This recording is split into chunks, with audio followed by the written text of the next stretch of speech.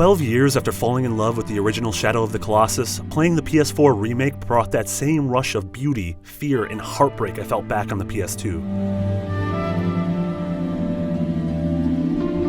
Descending the steps of the temple, riding across the central field, stumbling upon the first Colossi, and ultimately striking it down remains one of the most unforgettable moments in gaming history.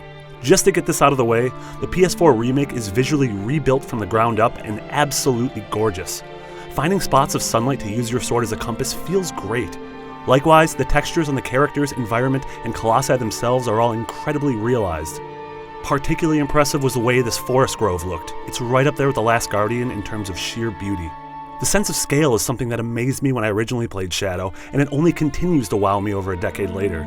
Seeing Wander and his horse Aggro dwarfed by these hulking ancients never ceases to impress me. Along with this, the visual enhancements make taking on a Colossi as terrifying as it is melancholy. The tufts of fur in particular made me feel legitimately bad that I was killing this living, sentient creature whom I had disturbed. I'm happy to say that many of the technical shortcomings of the original 2005 game have been remedied this time around. The frame rate never stuttered during my demo, even as I climbed on the back of a giant beast. Likewise, the draw distance has been dramatically improved, allowing me to gaze all the way across the opening plateau. However, all is not perfect with this remake. Most notably is the camera, which still has a tendency to develop a mind of its own while climbing a Colossi. Likewise, the arcade control system on the original has been seemingly untouched, which is definitely a bummer. Having to tap triangle to make aggro run, or dealing with when to hold the grip button made for a familiar kind of frustration.